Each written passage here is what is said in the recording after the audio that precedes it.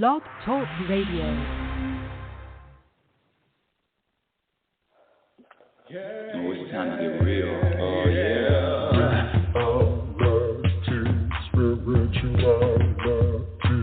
It's a new experience.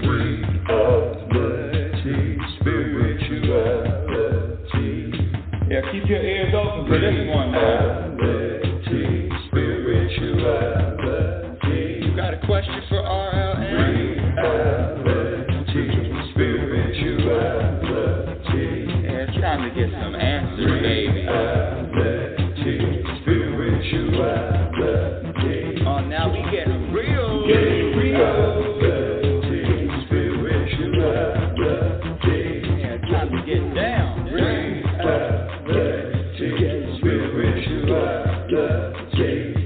Yeah, you gonna feel good now. Real good. Now, that's what I'm talking about. Time to get real. Push this button, push that button. Welcome, everyone. Welcome to Reality Spirituality. I'm your host, Global Happiness Specialist, Inner Peace Practitioner, Oracle teacher, but more importantly, a student. Don't think that I'm not practicing 24/7, because if I'm claiming to be a happiness specialist, how dare she? Who the hell does she think she is? It's impossible to be happy all the time. Let me just be very clear and give you my definition and my perspective about this thing called happiness. When I say happiness, let me just give you my definition. My definition of happiness is the ability to vibrate an energy of peace and contentment, regardless of what happens, regardless of the blind side the life throws at me, regardless of all of that, regardless of the ups and the downs, regardless of the judgments, regardless of all of it, regardless of the programmed behaviors, the programmed thoughts. Wow, that sure is a long definition. The ability to be at peace and vibrate contentment regardless of what happens. And regardless of what doesn't happen. Regardless of what happens, regardless of what doesn't happen. Just to be a vibration of peace. Not just, to be a vibration of peace, to be an example of a vibration of peace. How many people are doing that? Let me just, without the humor too, let me just say this. I do not pretend to have all the answers. I do not pretend to have the only perspective. What I can share with you, what I do share, is what has worked for me. What has worked for me over 4+ decades of studying this thing called happiness. And you know it, and I know it, that happiness has nothing to do with what happens. Happiness has nothing to do with accomplishments, goal achievement, nothing. This inner peace, this contentment that I'm talking about, is all internal. It's an internal game. And one of the reasons, well, this is what I found, one of the reasons why it's so challenging, difficult, a lot of people not really interested. Not really interested.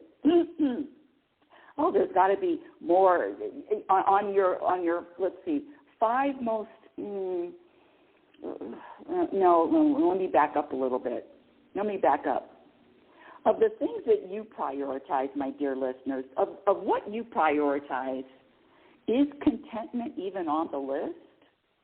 I'm just asking.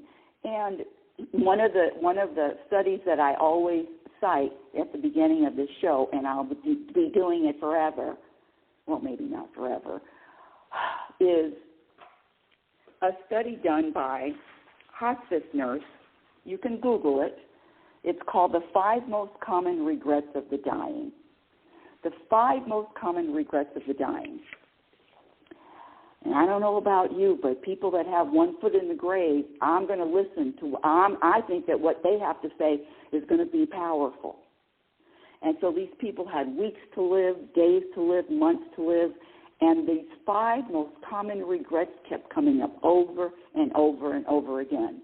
And so the hospice nurse, Bronnie Ware, she wrote a book about it, The 5 Most Common Regrets of the Dying. Again, you can Google it. You know, I always just get shot out of a cannon, and I neglect to say, if you want to contact me or if you want to call in, the number here at Blog Talk Radio is area code 646-564-9619. Again, area code 646-564-9619, and or if you're listening on Wisdom, welcome, and you can also ask to join the show. But here we go, the 5 most common regrets of the dying. And if I lead it off every show, that's what I'm going to do. The 5 most common regrets of the dying. Number 1, I wish I would have pursued my dreams and aspirations and not the life others expected of me. I wish I pursued my dreams and aspirations and not the life others expected of me. I spoke with one of my best friends. I lived in a very small town in Oregon for almost 5 years, all by myself in the middle of a forest. It was my 40 days and 40 nights. No, not 40 days, 40 years and 40 years. That's what it felt like, 40 years. I had 2 best friends. One of them has died. But this one, I call him Mountain Man. And I spoke with him last night, and this man, he's in his mid-60s now. And when I asked him what did he do, what did you do today? What did you do yesterday? It's the same, usually the same. Sitting outside, watching the river flow, and fishing. This man gets so much enjoyment out of fishing. Fishing is number 1. He told me this years ago. Fishing is number 2. Fishing is number 1. What's the other one? Okay. Fishing is number 1. Women are number 2. And then, of course, enjoying himself, meaning whatever, a beer, something to smoke. That's it. This is the most simplest man, and one of the most contented people that I've ever met. If somebody would say to him that fishing is a waste of time, if you're fishing every single day, you know the program. You got to do something. You have to produce, be productive. No, this guy could just sit outside camping, fishing, hunting. Yeah, that's where he gets his most enjoyment. I learned so much about that. But anyway, I digress.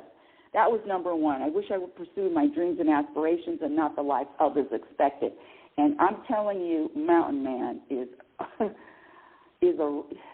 I'm not going to say rare, but I learned so much from him, being okay with just doing what pleases him in the moment. Number 2, here we go. I wish I didn't work so hard. Of the 5 most common regrets of the dying, number 2 is I wish I didn't work so hard. Enough said. Number 3, I wish I had the courage to express my feelings and speak my mind. Number 4, I wish I had stayed in touch with my friends. And I always say that sometimes we just outgrow people. Not sometimes, a lot of times. And in fact, if you are growing, the fall off to that is you're outgrowing people. That's just what happens. And then the last one is I wish I would have let myself be happier. I wish I would have been happier. And so that's why for me, this topic, this intention, this agenda of happiness, and again, it is a vibration. It is a vibration. It is a state of mind. It is a state in mind. This contentment becomes an identity, feeling, being at peace with wherever I am, with whatever's going on, with whatever my ego will tell me, something's off, something needs to be changed. No, this present moment isn't enough. The good news is, my dear audience, the good news is happiness is a practice skill. Inner peace is a practice skill. Contentment is a practice skill. And if I can do it, so can you. I want to talk a little bit about this is just really brief, current event. And it's about the Twitter, Elon Musk, and taking away the blue check marks. You know, those blue check marks that only a few of us, only a few can have. It's what an interesting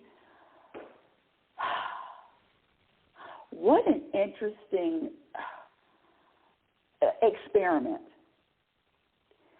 How many people, and I have no answer to this, but how many people are attached to that blue check mark, or attached to a title, or attached to a position, or attached to a human programmed identity? I don't know if I actually have this book. I saved it. I have all my Dr. Seuss books. When I was a little girl, Dr. Seuss. And I'm holding it in my hand because I had it in my bookcase. And if you read it, it's about, it's a few stories. But the first story is about the Sneetches. Sneetches. The Sneetches. And I'm not going to bore you with the whole story, but I'm not going to read the whole story. You know, when my son was younger, and you know, you read the stories when I was reading the stories to him before he went to bed, he loved to have the story read. And sometimes the stories were just too long. That was my impatience. Too long. And so I skipped a few pages. And if he was familiar with the story, Mom, you skipped some pages. I know. So this is a pretty long story, but the lesson about the Sneetches is there were some Sneetches that had stars on they called them bellies, stars on their bellies, and there were some Sneetches that didn't have the stars. And so, of course, the Sneetches that had the stars felt special, felt entitled, felt better, felt different than those Sneetches without stars. You know, those low-life Sneetches. Poo-poo on them. And sure enough, while the Sneetches that didn't feel good about themselves because they didn't have a star posted on their belly, there came a very, I'm going to say entrepreneur. That's right. An entrepreneur. What was his name? His name was Sylvester McMonkey McBean. Hello, friends. My name is Sylvester McMonkey McBean. And Mr. Sylvester McBean had a great idea. He said, I can put a star on your belly. I can stamp a star on your belly, and all you have to pay me is, I don't know, what, $3, $4? And sure enough, all the Sneetches, I didn't even plan on sharing the story, but anyway, I'm into it now. All the Sneetches that didn't have stars went through this star punching machine, and sure enough, they came out with stars. And so when they all of the Sneetches had stars, they yelled to the Sneetches that already had the stars. They said, "We're exactly like you. You can't tell us apart. We're all just the same now, you snooty old smarties. And now we can go to your Frankfurter parties." Now, all the Sneetches that had the stars were appalled and bothered and annoyed that they had a private club. Now everybody's in their club. All these other Sneetches didn't deserve to be in the club. And so, of course, Mr. McBean, you know, the entrepreneur that was really there to make some money, he said he went to to the original Star Belly Sneetches and said, hey, guess what? I also have a machine that can take your stars off, and then you'll be back to being special. You know, of course, I'm paraphrasing. Am I taking too long with this story? I may be. Do you know what I'll do? I'll make you, again, the best Sneetches on the beaches, and all it will cost you is $10 each. And so, of course, all the Sneetches that have the stars went through the machine, and now they don't have any stars. The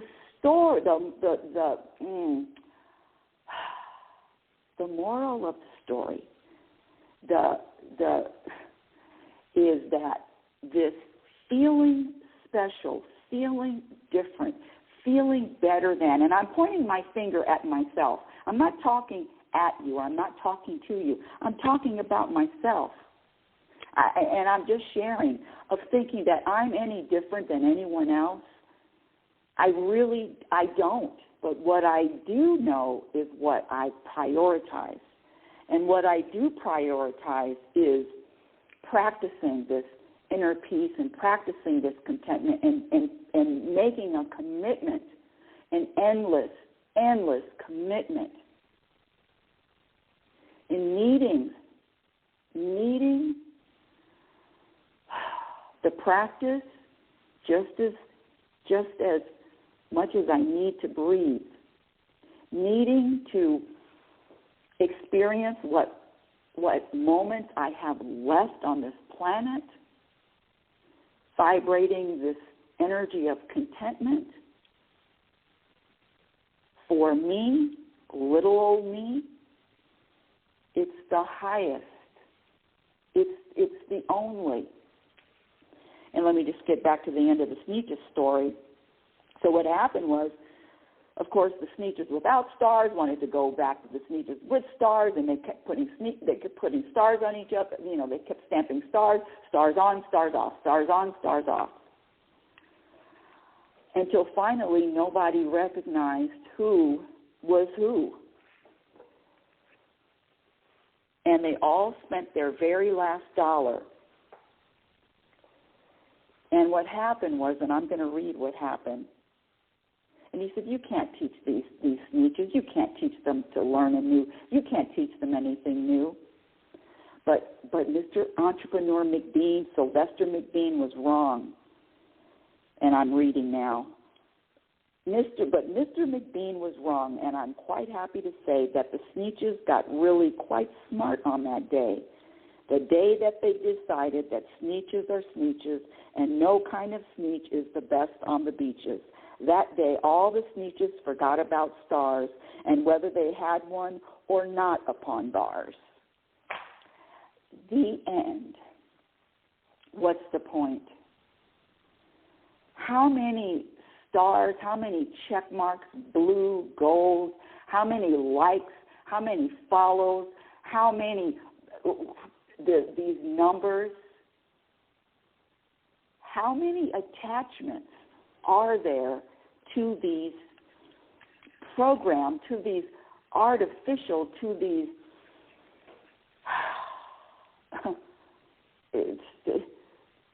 titles?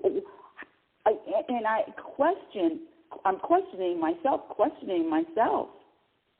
If I'm attached to something man-made, man-created, I already know I'm on the. It's just a matter of time before that vibration of discontent is going to happen. What about those people that lost their blue checks? Now, I'm not saying to pretend that I know what's going to happen, but what about it? Was it who cares? So my point is to be very aware, self-aware, conscious of the attachments. And I talked about this a couple of shows ago, this attachment to a name, this attachment to an identity, this attachment to, let's see, hold on. Oh, here we go. As soon as you're born, you're given a name, a nationality, a religion, a race, and a culture.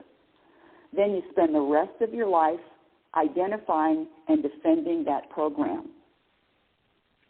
So my latest practice is I'm not identifying with anything a name. Oh, yes, of course I have to. What's your name? I get it. But an identification with it, identifying with it. Who am I? What am I? I'm conscious energy. I'm a spiritual being living, experiencing a human in a human body. Period. I get it now. I get the people that, I'm stamping and changing their name to a number or something just as obscure. I could do that now.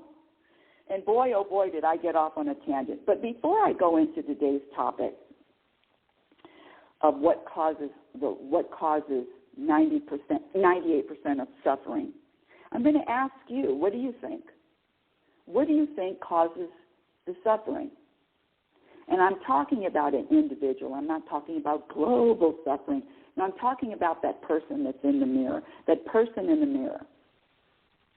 And before I go on, again, the number to call in to speak with me live is area code 646-564-9619. Again, area code 646-564-9619.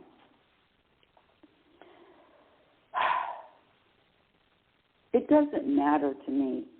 My motivation, I'm not going to say has never been, but I'll tell you right now, in this moment and in all my future moments, has nothing to do with making money. Has nothing to do with how many clients, how many, changing the world, inspiring the world. Has nothing to do with that. My motivation is the inspiration just to share a different perspective with as many people that will listen, whether it's 0 to 1 million. I remember when I first started this online reality spirituality, the truth about happiness, probably almost 15 years now, and I've told the story before, so forgive me if you've heard it. I remember looking at the numbers and, oh gosh, only 3 people are listening. Sometimes 0 people were listening. 1 person listened. Oh, universe. Oh, why aren't more people listening? And the universe responded to me and said, we're listening. Isn't that enough?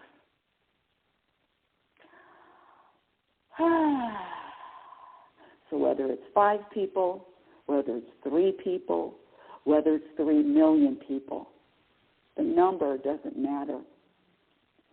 Anytime, I'm only speaking for myself, anytime I attach a number to anything, you know what's going to be around the corner is a feeling, a vibration of anxiety. I need a certain amount, and I need a certain amount of likes. I need a certain amount of views. No, I don't. My ego does. And when I say ego, know that I'm very aware. It is an unconscious entity. And in fact, that leads right into today's topic. What causes 98% of all suffering? And I'm speaking from my own perspective. I'm not talking about you. I'm not talking about the word. I'm talking about what I found with all the research, with all the 45 years of research. Let me ask you a question.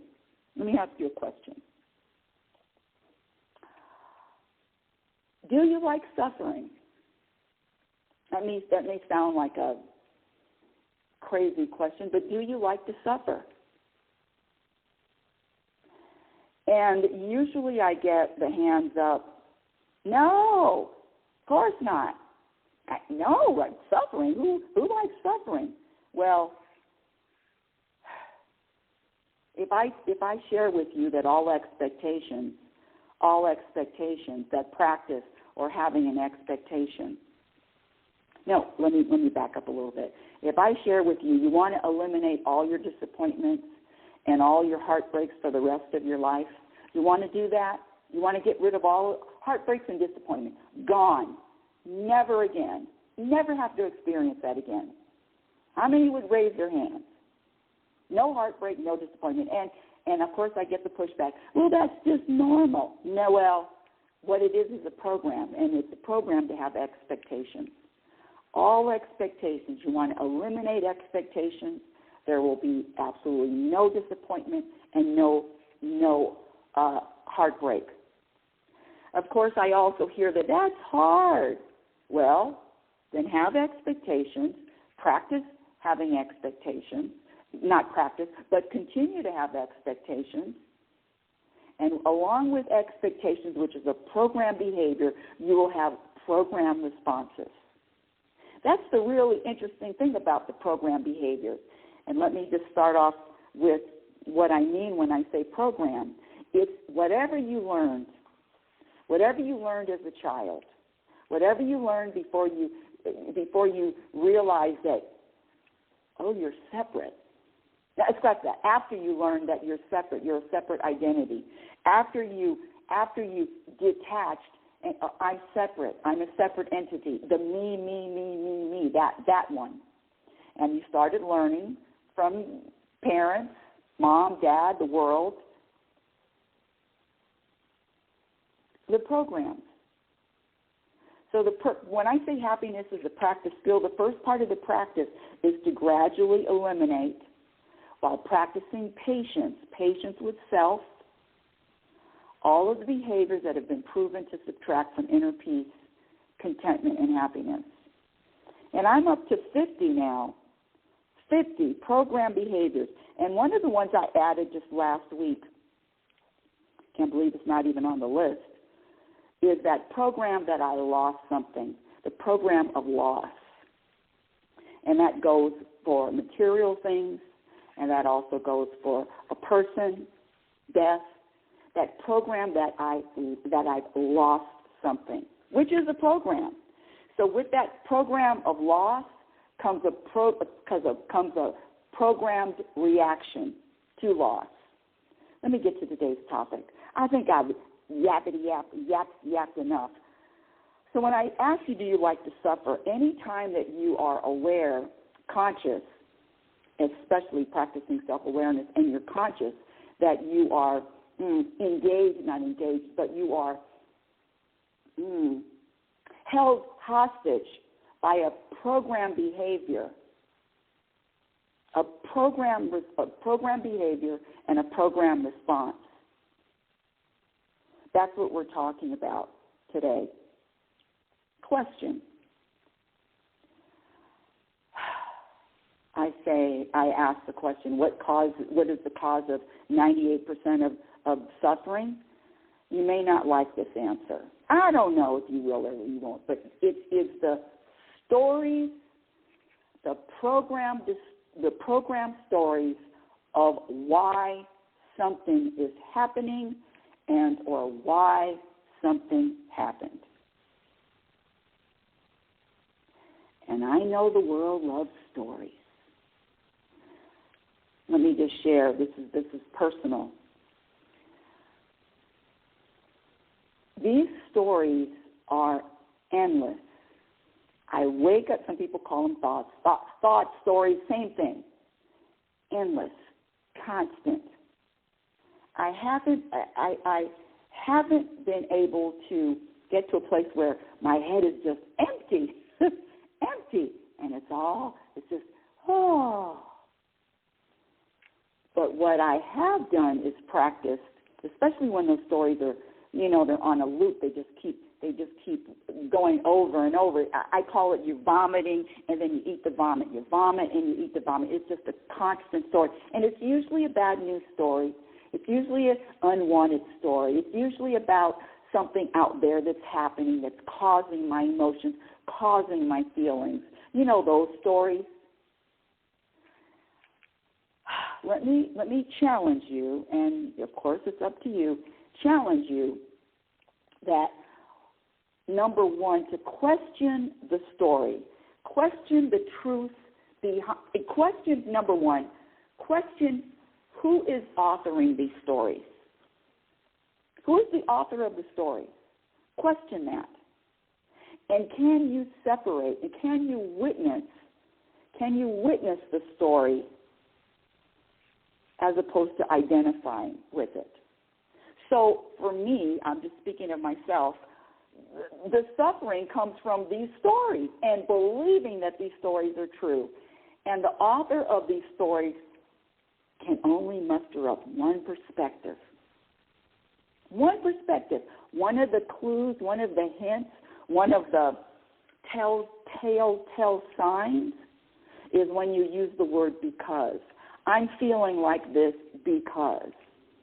Or my life looks like this, or my life is like this because.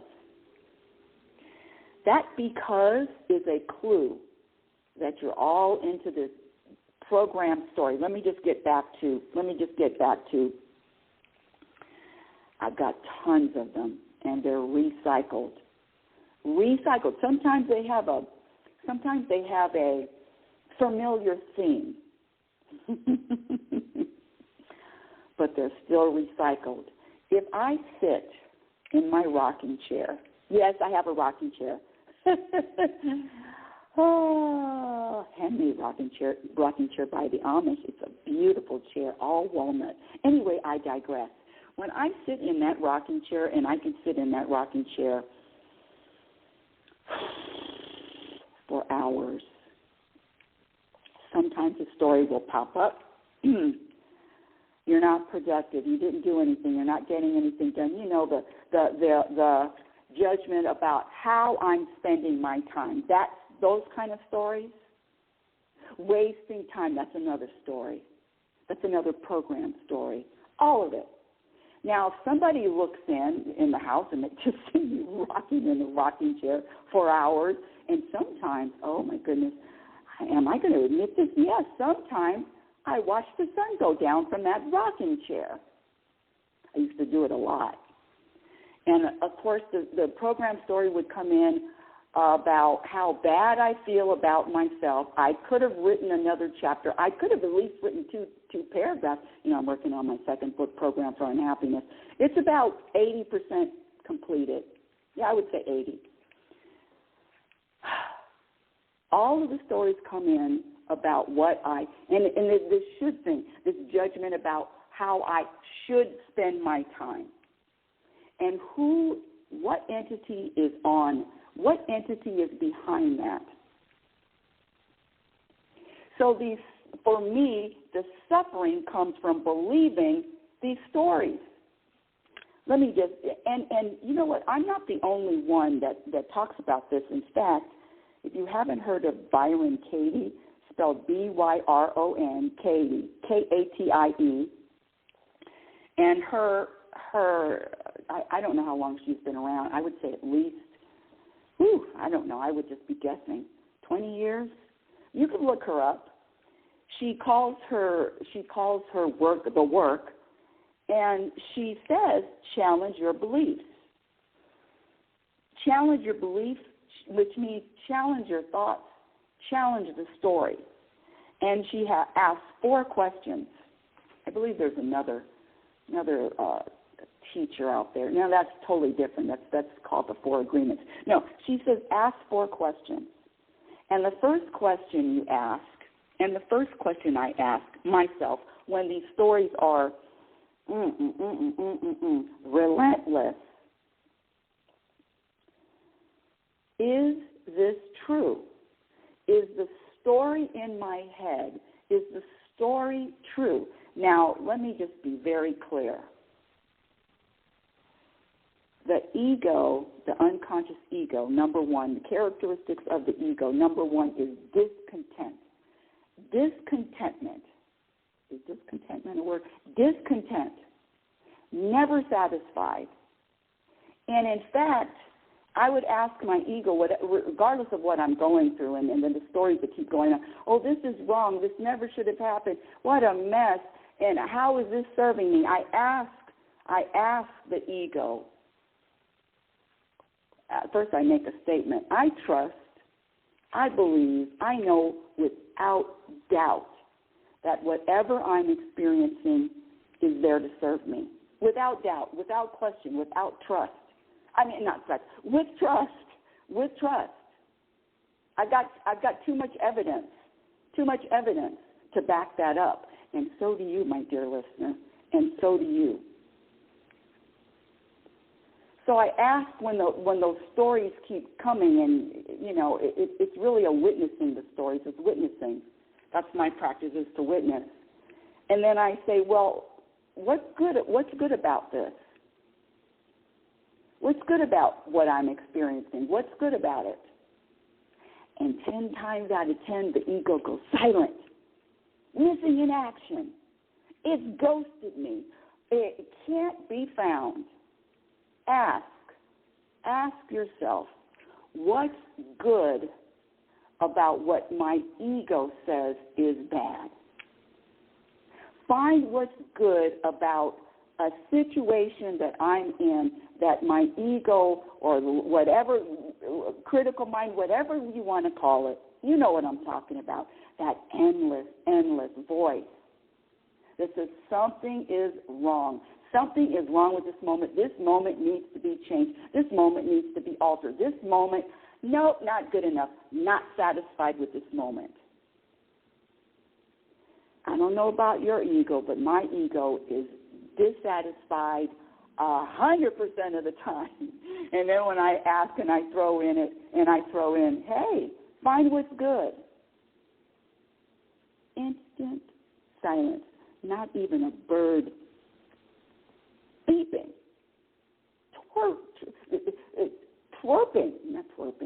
chirping. I was trying to do twerk and chirp at the same time. That's not a word. Well, it is now. Back to the story. So I contend that the suffering is because of the stories. And Byron Katie also, number one, so you ask yourself, is it true? And then the second question, can you know absolutely for sure is it the truth? And the third question is, how do you feel, how do you react when you believe that your story is the truth? Is it light? Does it make you feel lighter? Or the opposite? You feel the difference between an ice cube and steam. Does it make you feel steamy, or the opposite? And the last question that Byron Katie asked, what would you do? Who would you be without that story, without that thought? I'm going to throw in, thank you, Byron Katie, I'm going to throw in, too, what would you do with your time? What would you do with your time if you're not engaged, focused on listening to, giving power to, giving time to these stories? And I'm talking about the feel-bad stories. You know the stories I'm talking about, those stories. What would you do with your time? Is it possible to have those stories cease, stop? I haven't found it yet. But what I do practice is separating myself from the story. It's just like watching a television show or a movie or theater, darling, or theater. You're the audience. You're an audience. You're not part of the drama. You're not part of the show. So my practice is to separate myself from the stories. And when I do practice that, and not only the stories, the judgments, the attachments, the judgments, the labels. And when I do detach and witness, deeper breaths,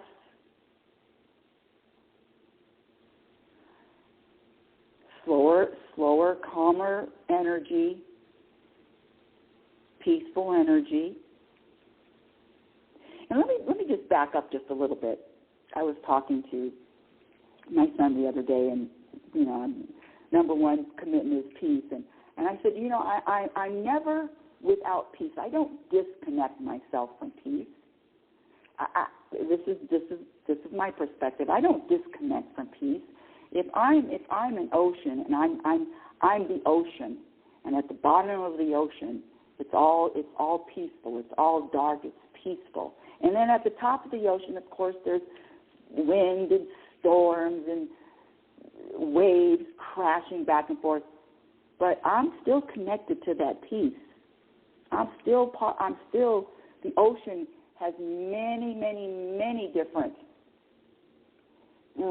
energies at the same time, but it's still the ocean. So I'm never disconnected from the peace. And if I am, which I am, a spiritual being, a spiritual entity, conscious energy, having a human experience, what's at the core of conscious energy? What's at the core of a spiritual being? Peace.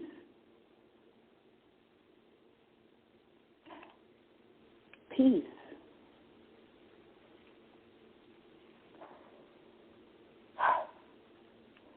Now, let's talk about addictions. Because there is one of the things that I say, we talk about the common addictions from alcohol, drugs, shopping, gambling, food, you name it. How about the addictions that are not common or not talked about? How about the addictions? the addiction to being sad, the addiction to drama, the addiction to needing to be right, the addiction to sharing bad news, the addiction to judging others, the addiction to rigidity, the addiction to control. The addiction to anger. Yeah. And I'm saying all this. Yeah, I have all of them. I'm recovering. The addiction to blaming anything external for how you're feeling. It's because of just point the finger out. That's why I'm feeling like this, because that's another story. How about, and I've said this before, but I like repeating it, how about I'm just human and I'm just feeling, period. In this moment, I'm feeling. I'm not going to put a label on my feeling. I'm not going to put a judgment on my feeling. I'm human and I'm feeling. And there is an addiction to taking things personally. There is an addiction. It's just another way to say addiction to blame, blaming someone or something else. I'm just telling you, I've been doing the homework. I've been in the lab 45 years. The addiction to worrying, the addiction to fear.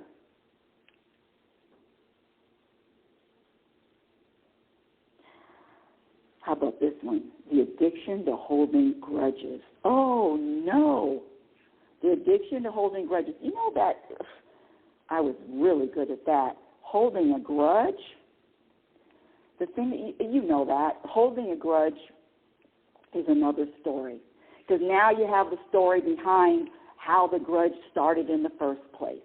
Because of somebody else's behavior, because what somebody else did or somebody else said, and that's why you're holding a grudge. You're holding a grudge because you're programmed to hold a grudge. But the problem with that program of holding a grudge, you might as well just drink the poison. You might as well just talk about a smoothie. Make a smoothie of just poison. Make a poison smoothie. Drink that. What causes 98% of all suffering is believing these stories, these ego-authored stories. Giving the stories power, regurgitating the stories, telling the same stories over and over and over again. What would you do if you didn't have a story? And I'm talking about those stories from the past, the stories about the future, and sometimes those stories creep up in the present moment.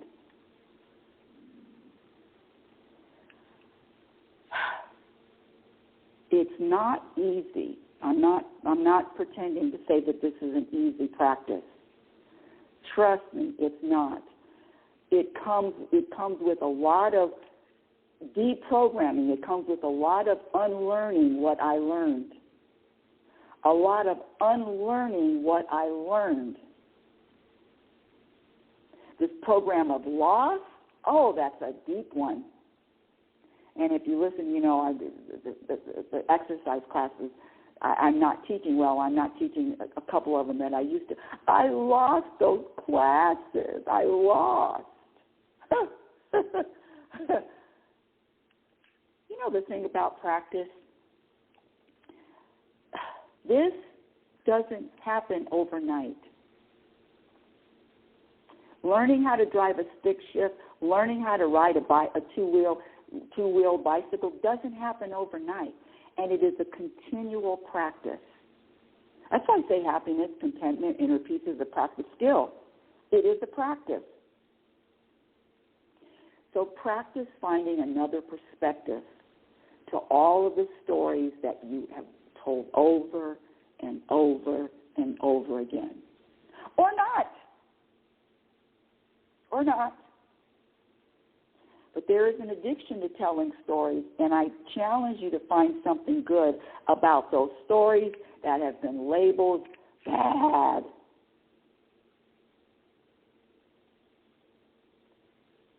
I challenge you, if inner peace, contentment, happiness is the same vibration, don't get all mixed up with the words, it's the same vibration, is important. Is important to you. It's important. There is a limited amount of time that we have. Let me say this for me. There's a limited amount of time I have left. Limited amount of time. How do I want to spend it?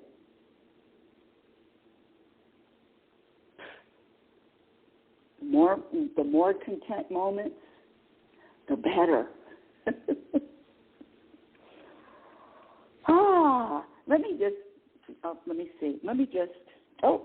There's a guest waiting. Oh, what patience. Hold on a second. Here we go. Yay. Coming up on 2, 1, blast off. Hey, Terry, thank you so much for your patience. I just looked down. I'm up here, eyes closed, but thank you for your patience. What's up? That's all right, Rebecca. You was in the flow, baby. Yes, I'm nothing if not patient. I like the baby part. Yeah, no, I did tend to overuse it, so I only bring it out on special occasions now. I love it. You and Tom Brady. Go ahead. Yes, suffering. I like the way you drew on your life experiences, because if you've been there, done that, bought the T-shirt, seen the movie, then, yeah, you can understand where you're coming from. And there reaches a point in life when you think, well, obviously what I've been doing hasn't been working. And, yeah. Now, I used to have grudges, Rebecca, in my early... Mm-hmm. I mean, oh, God, a man of people I used to hold grudges against was unbelievable. But then I realized, I didn't suddenly realize, it was a series of events over a few years that brought me to a level of understanding of, what it's all about. Can you share specifics, please? That would really assist. Someone else can hear a different perspective. Would you like to specifically share? Well, there were certain epiphany moments over a period of years it started in the late 80s through to the early to mid 90s. It was a constant learning curve, and I had lots of those angsty nights, unable to sleep, staying up all night, chewing my nails, worrying about things that would never happen, and replaying things people said to me, you know, over and over in my mind. And comes a point when you think, I've had enough of this. And it doesn't actually make you anxious anymore. You just, you have a coping mechanism, which is basically numbness. You are numb. It's I wouldn't say it's like a depressed state, but you're on autopilot. You're on autopilot through life, you know. And because you don't like being hurt or feeling anxiety or pain, you block it out. And but by the same token, you're blocking out the joy and happiness and enlightenment.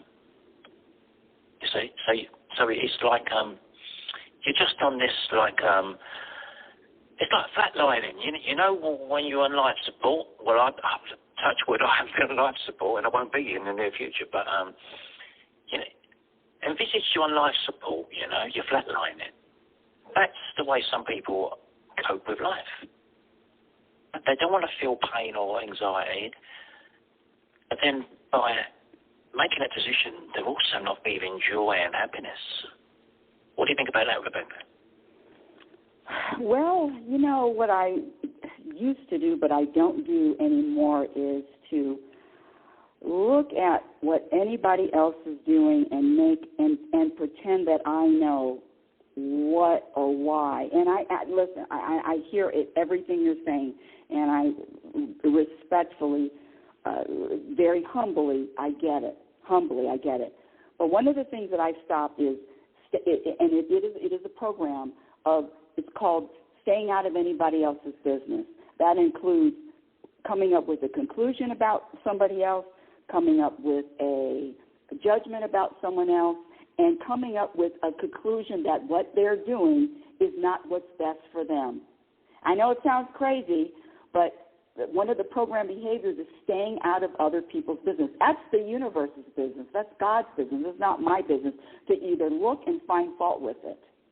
So that's one of the things I practice. Can I come back up again? Oh, yes, of course. Yes, you can. I just want to expand on what I was saying. Okay.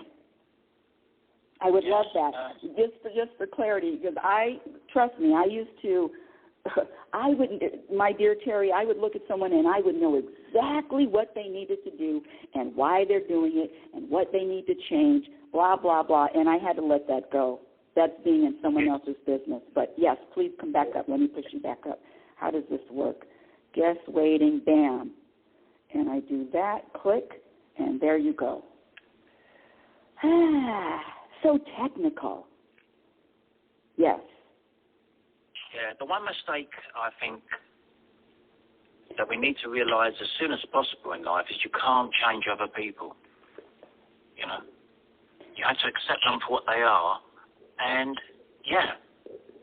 and maybe you have to let them out of your life. You know, rather than just be resentful and find fault with them and argue with them, just think, okay, this ain't working for me. You know. Now, if you work with that person, it's a different story. But you can still deal with it in a diplomatic and what's the word? Diplomatic. I'll use that word for a moment because I can't think of a better one. But anyway, I want to get back into what you were saying about suffering. And, yes, let me just say something, because you started off, and just please forgive me, because I got an ear for what's true and I got a whole vibration. My body chills up. So one of the things that you said we. One of the things that I really not try but practice, I never say we. I say I. Now, whether you want to say I'm a narcissist, but I say I, because I can only speak for myself. So you said we and I. I can only speak for myself. The second word you said was mistake.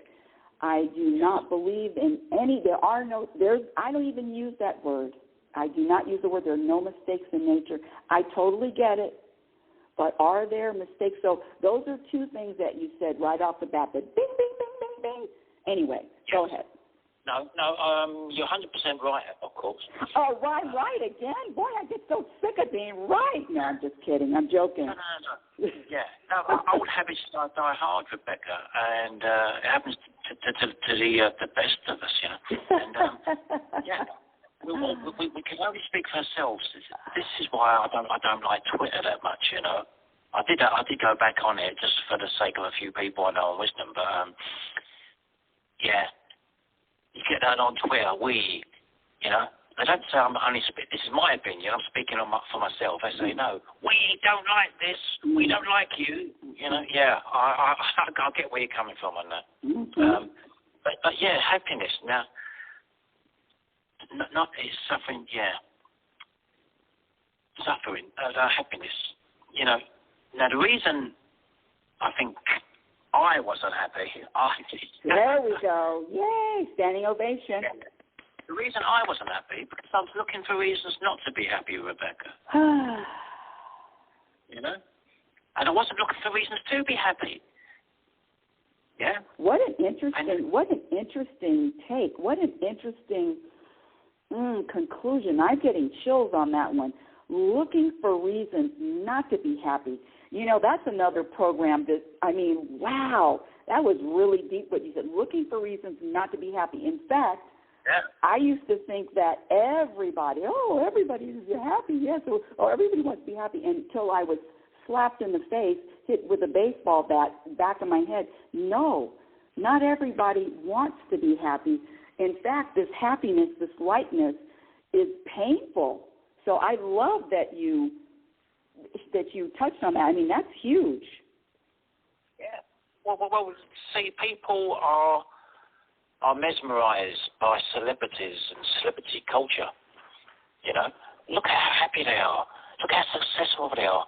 But they don't know what's going on behind the scenes, Rebecca, half the time, you know. Thank you. Yeah. Thank you, Will Smith. Yeah. Money doesn't buy happiness, but at least you can be miserable in comfort. How about that, Rebecca? Well, the thing is that what I say is define success for you.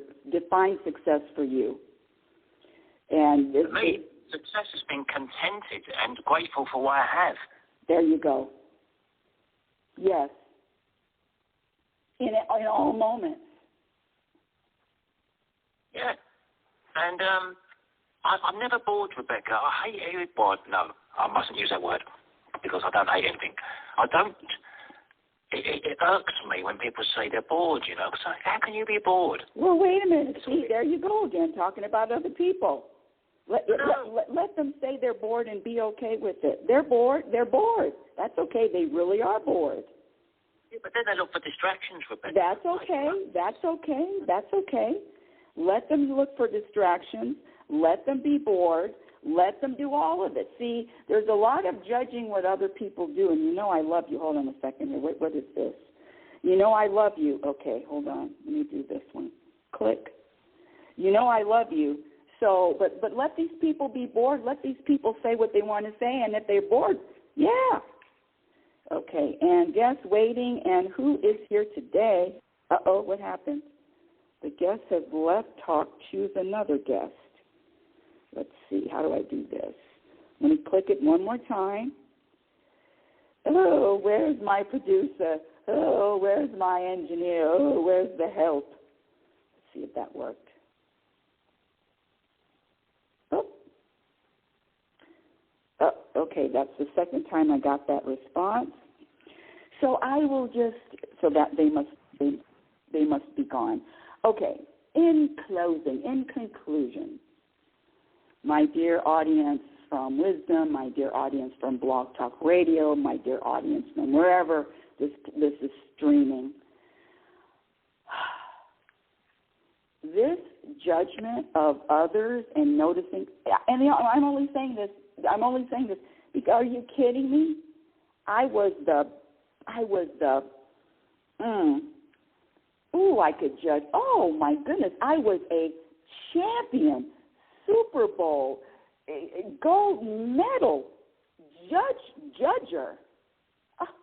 Oh, my goodness. And all of that judgment, what I discovered, all of that judgment ends. Judging other people ends when I stop practice, because I'm still practicing, when I practice eliminating judgment of self. Judgment ends of others when I practice and I eliminate self-judgment. So if I'm judging someone else, I know I'm really judging myself. I don't want to do that. And so what's the practice? Let me just say, I'm not doing this by myself. Let me just give you a quick example, exercise of what I do. Very simple. Hands up, go outside, hands up, palms up. Hey, universe, God, spirit, higher power, whatever you want to call it, higher self, whatever, the words. How do I let go of judgment? How do I let go of self-judgment? I always like to ask the how do I questions. How do I? How do I? How do I let go of judgment? Throw it out there, and guess what? Let it go. You know what when you ask, you will receive an answer. Let's see. Another guest waiting. Okay, let me do this. Hold on. Let's see. Truly Julie. What a cute little name. Truly Julie. Rhyming. Truly Julie. All right. 3, 2, 1. Truly Julie. Truly Julie. Yay. Hi, Truly Julie. I was just listening to you a second ago, but I've got a couple of things I'd like to sort of put out there. The first is addressing what you were saying a moment ago about that judgment thing. I think the thing is we only judge ourselves and others by our own measuring stick. So it's kind of good to notice the measuring stick that you're holding, really, because it can be totally out of whack, if you know what I mean. Well, I do know what you mean, and the reason, and the whole judgment comes from being programmed to judge. We were not. Yes. Keep going. Yeah. I love it. Truly, Julie. This is like this exercise that you're discussing. Really, has been something that's been in my mind for a good year, because I would say that from this is where my misery lies. When I start to, when I start to self-doubt myself or measure my success or measure my popularity or lack of popularity, to measure what I own, is it good enough? Or, measuring what people will say to me, how people will behave, how the situation is. If there's an experience I'm having, I'm measuring that. And I had to learn, just like you said, to just throw that measuring stick as far away as possible and just go into each experience and meet each new person just fresh. Fresh as in how a child meets things, how a child sees people, how a child meets experience. They're so fresh, and therefore they kind of get the best out of it. It's always an uplifter if you watch any kid, and especially when they're trying to show you something that they've just grasped an idea of. They're so full of joy. Because of it, it's like, look, this is this, and that's that, and wow, everything is so amazing. And when they feel sad, they really feel sad. They really do enjoy that feeling. When they're angry, they express that so well, because there is no measuring. There is no, I better not do that because I'm concerned about what someone else might think.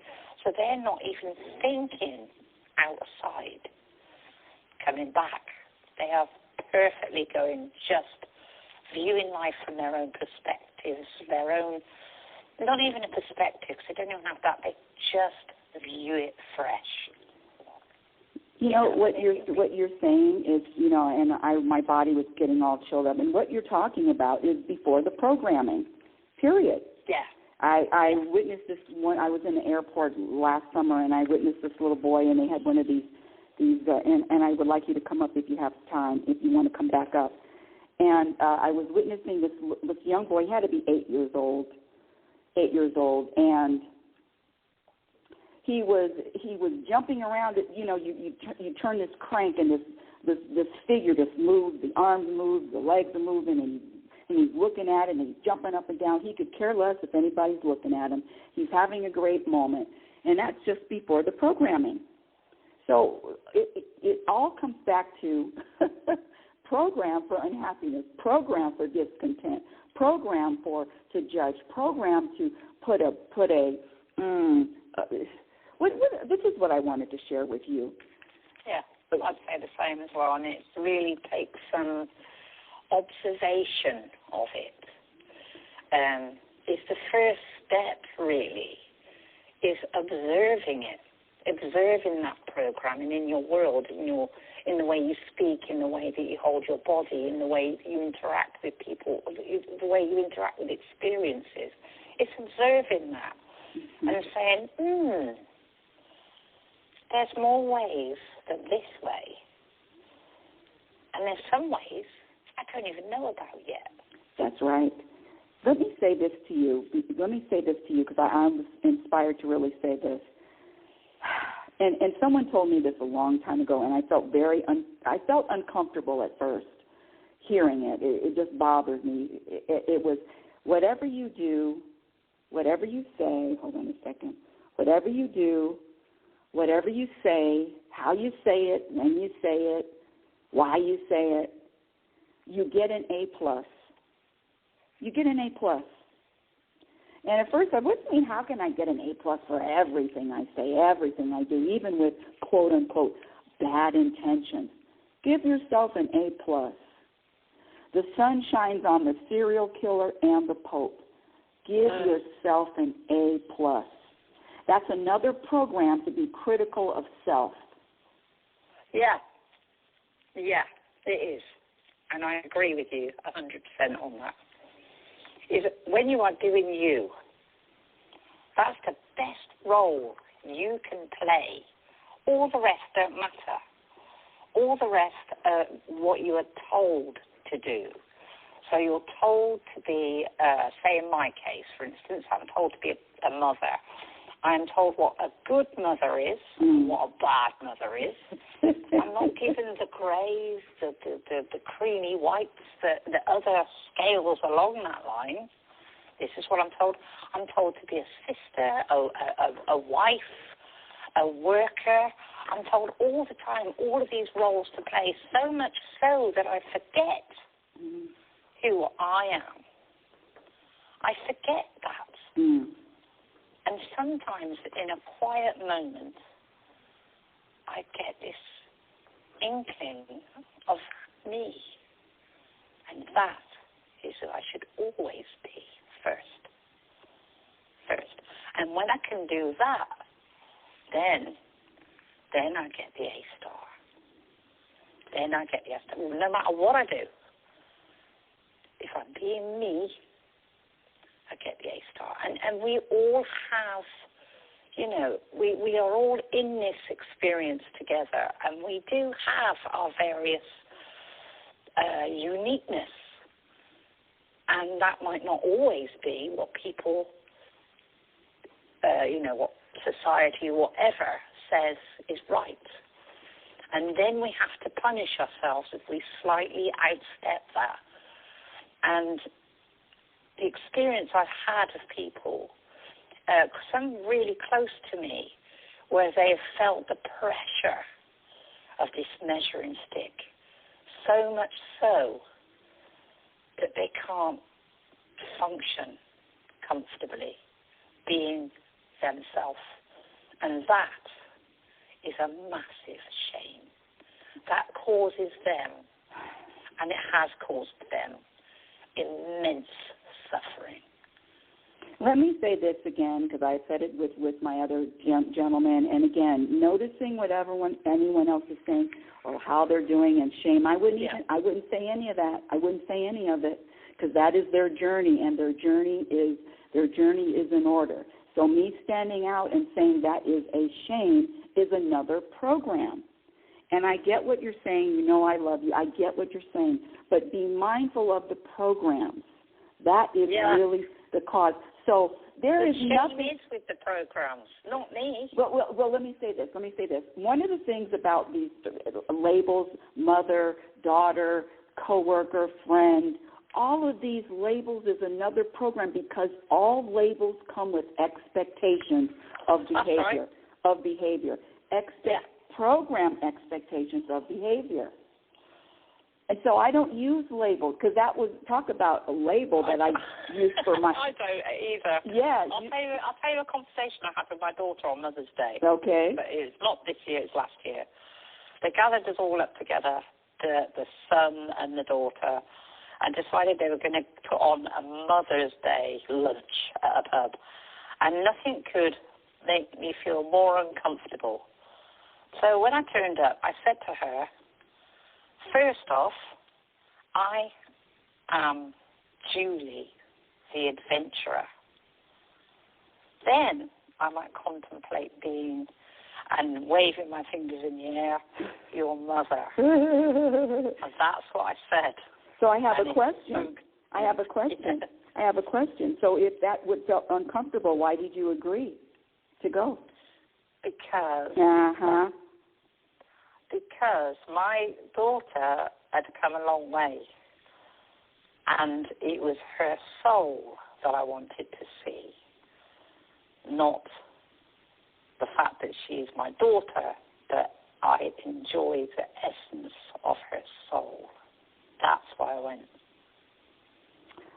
Okay, that's why you went. However, you said that, but now you, okay. Anyway, I understand what you're saying. So, see, it always comes back to us. It always comes back to us, the individual. And here we go. This is another program. Having an agenda.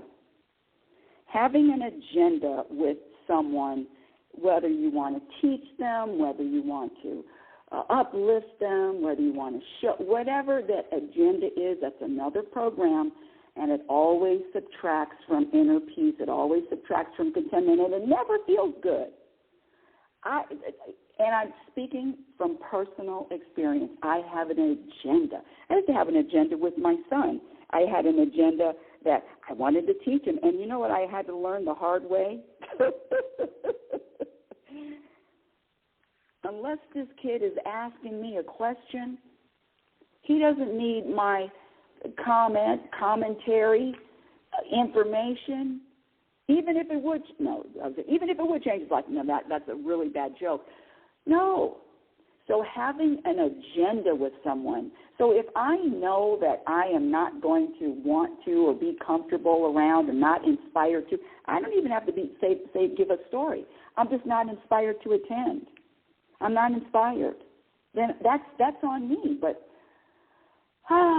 this work. When I say happiness is a practice skill, it is ongoing. Okay, let's see. What do I have here? Another person that wants to come up. Hold on. How do I do this? Okay, let's see. Oh, that's my Truly Julie. Okay, Truly Julie. Uno más.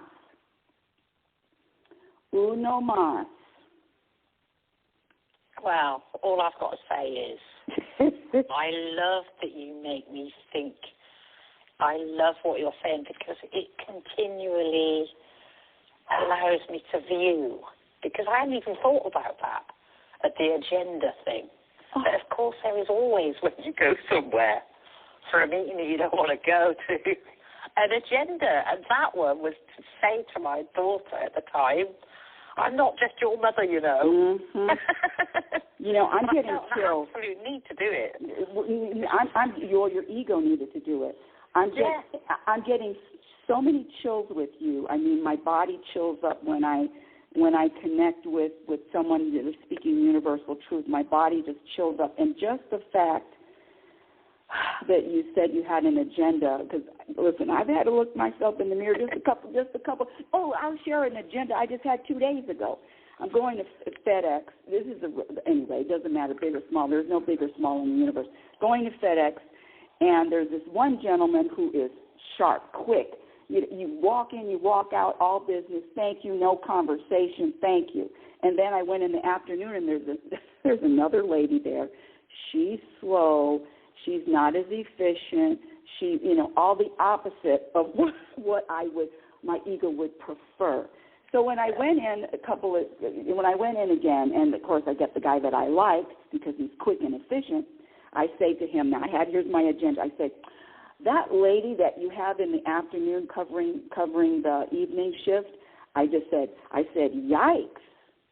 Trying to keep it light, trying to keep it funny, blah, blah, blah. But I had an agenda. And my agenda was for him to agree that, yes, she's slow, yes, she's not like me. I had an agenda. And it's just like feeling a pea under the mattress. I don't care if the mattress is, 30 mattresses. Yeah. I can feel that pea. And so it's just another practice of letting go of the agenda. It never works out. I love you so much. I'm so glad that I've popped on and I've listened to you because it gives me so much more to think about. It's just smashing. So I'm going to celebrate the fact that you're alive, actually. I love you truly, Julie. And one of my biggest, if you say compliment, it's not about, I agree with you, Rebecca. Rebecca, now I have another perspective or something else to think about. I've got something else to think about. Something new has just been pointed out to me. That's great. Mm-hmm. It's hard. It's hard work for me sometimes. I'm not going to say it's not. But it's really good that when you can have a conversation with someone called Rebecca, it's kind of like just shine a light in the little corners that you might have missed in your way of trying to become kind of a happier human being. That's all I want at the end of the day. And you shone a little bit there that gives me some more to think about. And that's just brilliant for me. Thank you very, very much. Well, I've got to say. Yeah, well, you're more than welcome. And the other thing I want to say to everyone too is lighten up. Lighten up on this journey. Yes. One of the to-do lists. Why don't you put laughing on your to-do list? Why don't you put laughing, dancing, or singing on your to-do list? Humor. Humor is brilliant. If you're having a bit of an issue and you find it a bit of a struggle, just have a little laugh at yourself. Yes. Just have a little giggle of the situation. See it from a funny point of view because, man, that is so soothing. I do it regularly. Yes, I do too. And I highly recommend that to Steve Harvey on Family Feud. Woo! Oh, man, have a laugh. It's good for you. Releases all the right chemicals anyway, so there you go. Anyway, I'm going to let you go. Thank you so much for having me. You're welcome, and thank you so much for being so honest and open and sharing. All of us, it's the same. It's our journey. It's the only way I can give. It's the only way I can give is by being totally open. It's the only way that I can function, really, in a way.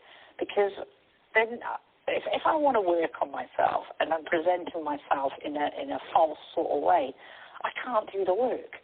But when I just come up and I'm open and I receive, some good information there for me as well, then I can work on it. It's great. Mm-hmm. Thank you. You're welcome. Thank you so much. What a way to end what a great way to end the show today.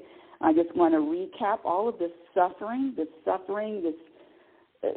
human suffering, individual suffering comes from those stories and the unrelenting stories, the critical stories about self, about other people. If having a vibration of contentment, having a vibration of inner peace, being happy, it's the same thing, people. These words, don't get caught up on the words. Notice the energy. Notice the energy. Notice the vibration. And I'm here to say this. You want to contribute to the world? You want to serve the world? Shift your energy. That's it. You don't even have to leave the house. Shift your energy, open, shoulders down. Be the example. Yeah, I know this. Thanks a lot, Michael Jackson. I'm looking for the man in the mirror. I'm looking to change your ways. Yes, change the person in the mirror. Or not. But you don't even have to leave the house. And let go of these people and what they're doing and why they're doing it and judging them. Let them go. Unless you know, you're addicted to noticing what someone else is doing and making a judgment about it. Anywho, wow. You know, I'm gonna end with this. I started last week's show, but I just wanted to end with this. Where's mine? Here it is. Okay. You know, you want to know what really bothers my ego, and I say my ego because in reality, I know my identity. I know my true identity, and it's always peace. It's conscious, peaceful energy. That's who I really am in a human body. So this human me, because I know the difference. The human me is reading posts and listening to people who believe. Here we go. So put your seatbelts on for this one. Please put your seatbelts on. Whoo-wee.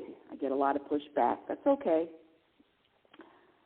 Listening to people who believe that they are responsible for something blocking their manifestations, blocking, self-sabotage, I'm doing something to block. Okay, attention, people, attention. There is nothing blocking what the masses label when they use the word abundance. What a great buzzword, abundance. And rest assured there's no such thing as self-sabotage interfering with your destiny either. Not fear, not worry, not lack of trust, not self-doubt, low self-esteem has the power to block what's destined for you to experience. All of the aforementioned are programs. Hint, if you weren't born with it, you know it's a learned program. That goes for worry, lack of trust, self-doubt, all of it. Relax. Thank you, Aaron Rodgers. RELAX. Nothing you do, say, or feel like is stopping anything from happening during this limited amount of time, we all have on this planet. The universe, God, source, the divine, spirit, higher power, choose your favorite label, is all powerful. So it's impossible for a human to interfere with the plan of the divine. It's impossible. If something hasn't manifested yet, it's only because it's not time for it to manifest, or the manifestation isn't part of the plan. That's it. If something hasn't manifested, it's only because it's not time, or the manifestation isn't part of the divine plan that the divine has for you. Happiness, inner peace, and contentment are all practice skills. I'm going to leave you with that one. Well, that's the end of today's show. Thank you for listening to Reality Spirituality. Reality Spirituality Radio is heard every Sunday at 9 a.m. Pacific Standard Time. Follow me on Twitter at RL Norrington, LinkedIn. My Instagram handle is Reality Spirituality. I do have a few videos on YouTube. I know everything is going to be updated soon. Do I know when? No, I don't. Do I practice patience? Yes, I do. Is it difficult? Of course. It's really, really difficult. But contentment is my number one priority. My website is RebeccaNorrington.com. And my first book, Reality Spirituality, The Truth About Happiness, can be purchased on Amazon. And I wrote a chapter in the book I read, which was released last March, and that's just about an author that has really, really influenced me, who happens to be Dr. David Hawkins. I would say he's number one, even though you can't say number one, but they're top five. How's that? The book that I'm writing now, called Program for Unhappiness, is going to be published sometime this year. And until next week, my dear audience, I want you to remember who the hell you are. You are a physical extension of the universe. Your conscious energy, which is always evolving, always changing, always growing. Love is patient, and love is kind. Be kind to yourself by accepting every moment that you experience. Be your own best friend. Remember, you cannot have a happy ending to an unhappy journey. This is about the journey. You've been listening to Reality Spirituality Radio with yours truly, Global Happiness Specialist, Rebecca L. Norrington. And remember, happiness is a practice skill. And I promise you, the more you practice, the more peace you will find. The more you practice putting a spotlight and eliminating those programmed behaviors, the more contentment you will experience. And your experience in every moment reflects on what you practice. Have a conscious week. Thank you for listening.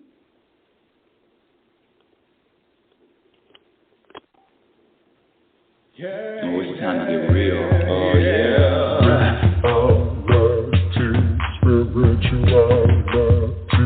It's a new experience. Reality, spirituality. Yeah, keep your ears open for this one, man. Reality, spirituality. You got a question for RLN? Reality, spirituality. Yeah, it's time to get some answers, baby. Reality, spirituality. Oh, now we getting real. Getting real. Reality, spirituality. Yeah, it's time to get down.